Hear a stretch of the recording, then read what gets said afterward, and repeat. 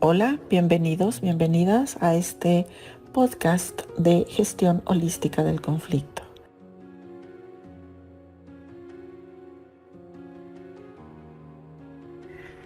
Hola, ¿qué tal?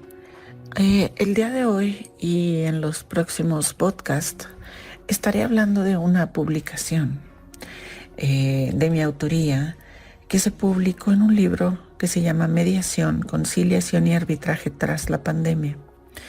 Este es un libro en donde hay diferentes autores que escribimos y quien coordinó el libro fue Guillermo Cerdeira y Carlo Piglia, que fueron los que coordinaron, y pues varios autores escribimos, como les decía.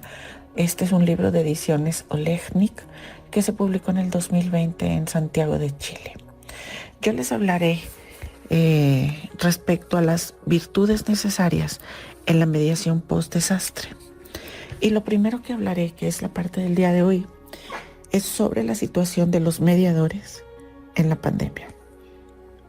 Porque sabemos bien que el COVID-19, SARS-CoV-2, han creado lo que hoy le conocemos como pandemia a nivel internacional, y esto ha creado diferentes tipos de crisis que han llevado a las personas a un nivel muy alto de estrés. Se habla ya de un padecimiento conocido como estrés post-COVID. Algunos de los síntomas que han estado preocupando en esta situación es, por ejemplo, el alto costo socioeconómico de la pandemia, la preocupación por las finanzas personales, la preocupación por la cadena de suministros. También sucedió en un principio, aunque eso ha ido evolucionando. Si recuerdan, en un principio había temores xenofóbicos por creer que los extranjeros propagaban el virus. Ahora ya no solo son los extranjeros, eso fue el principio. Hoy, pues en realidad ya no confiamos en nadie. Alguien nos da la mano y enfrente de él nos ponemos alcohol, ¿no? Entonces, es una desconfianza generalizada hacia los demás. Hay un estrés por estar cerca de los enfermos. Las personas tienen pesadillas, pensamientos agresivos relacionados con la enfermedad, angustiantes pensamientos a través del miedo a enfermarse o que alguien enferme. Y hay una búsqueda compulsiva de garantías de salud. En relación a lo que fue el confinamiento, podemos decir que consecuencias de estas medidas de control de movilidad en la población aumentaron en los lugares en donde hay confinamientos o donde el confinamiento es obligatorio porque se enferman y hay que estar guardados en las casas. Este control de movilidad de la población aumenta los niveles, por ejemplo, en depresión, en ansiedad, en estrés, y que van aumentando exponencialmente conforme hay más personas que tienen que estar en sus casas o con controles de movilidad, ya sea porque estuvieron cercanos a alguien o porque están enfermos o porque aumentó el número de contagios y tienen que trabajar desde casa o hacer sus labores desde casa. Esto puede estar generando ya problemas psicológicos en la población en general, y hay un autor moreno que nos habla de que el nivel de sufrimiento y distraibilidad, el bajo apetito, el cansancio y la aparición de pensamientos distorsionados dificultan las actividades diarias. Es decir, que hay una ansiedad generalizada en gran parte de la población. Esta sintomatología ha aumentado los problemas al interior de las familias y las organizaciones. Las personas se encuentran en menor posibilidad de enfrentarlos, por lo que cada día es mayor la demanda de mediaciones para que apoyen la gestión del conflicto. Es decir, entre más conflictos haya en la sociedad, más mediaciones vamos a encontrar.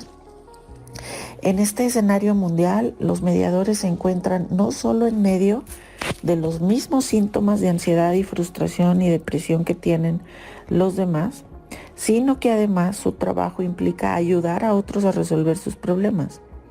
Esta situación, obviamente producida por la pandemia, ha hecho que en muchas zonas del mundo los mediadores hayan tenido que pasar a mediaciones virtuales, por ejemplo. ¿Qué implica que un mediador haga una mediación virtual? Pues que la barrera entre los casos y su hogar que había, porque los problemas con los que trabajaba se quedaban en casa, pues los problemas entran a la casa en la modalidad virtual. Por lo tanto, esa barrera natural fuera del hogar se derrumba. Ahora los casos que atiende están dentro de su espacio vital, con sus inconvenientes del teletrabajo, lo bueno y lo malo del teletrabajo.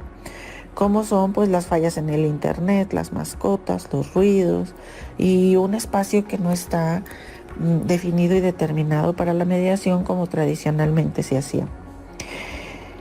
Y los mediadores que han tenido que regresar a mediar a los centros de mediación están expuestos al contacto con otras personas, lo que implica entonces ahora una preocupación diferente, que es una preocupación por contagiarse, por su propia salud, por el aumento en casos y por la carga de trabajo que sigue en aumento.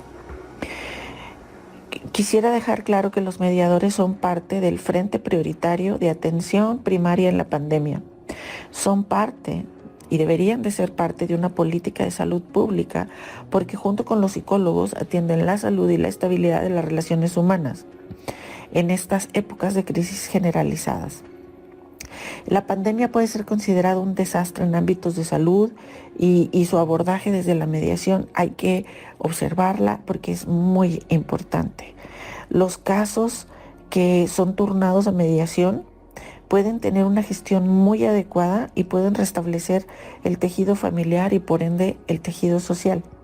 Pero al igual que médicos y enfermeras que atienden a enfermos de COVID y al mismo tiempo pueden ser víctimas del mismo virus, así los mediadores están atendiendo conflictos, pero ellos mismos están en la misma situación de los demás, por lo que se requiere su atención, su cuidado y su visualización. Tenemos que evitar el cansancio excesivo, el insomnio o la depresión en los mediadores mediante un apoyo sistémico y el seguimiento a su estado de salud emocional, mental, físico. Y estas son acciones importantes porque cuidar la estabilidad de los mediadores permitirá una continuidad laboral y que se sigan resolviendo los conflictos de manera adecuada. Es muy importante que apoyemos la actividad de los mediadores porque son seres humanos, ¿sí? Porque ellos también necesitan usar sus virtudes. De esto hablaré del cómo podemos ayudar o cómo ellos pueden ayudarse a sí mismos. En las próximas entregas de estos podcasts hablaré de esto. Y es importante que entendamos que la profesionalización del mediador requiere incluir habilidades que sean incorporadas a su vida diaria, de las virtudes de las que les hablaré, en la medida que sea posible para cada mediador, porque esto les dará una opción de estar habilitados para subsistir ante el exceso de conflictos, más aún cuando no pueden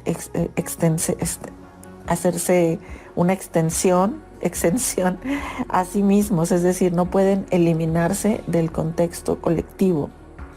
El mediador es una posición de alto impacto en esta transición que estamos haciendo hacia nuevas formas de convivencia post-desastre, porque pues la pandemia ha sido un desastre en muchos aspectos para la sociedad.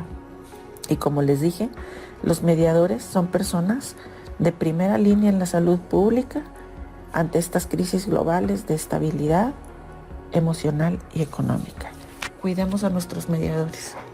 Son muy importantes para nuestra sociedad, para nuestra cultura de paz y para el logro de una convivencia sana en nuestras sociedades.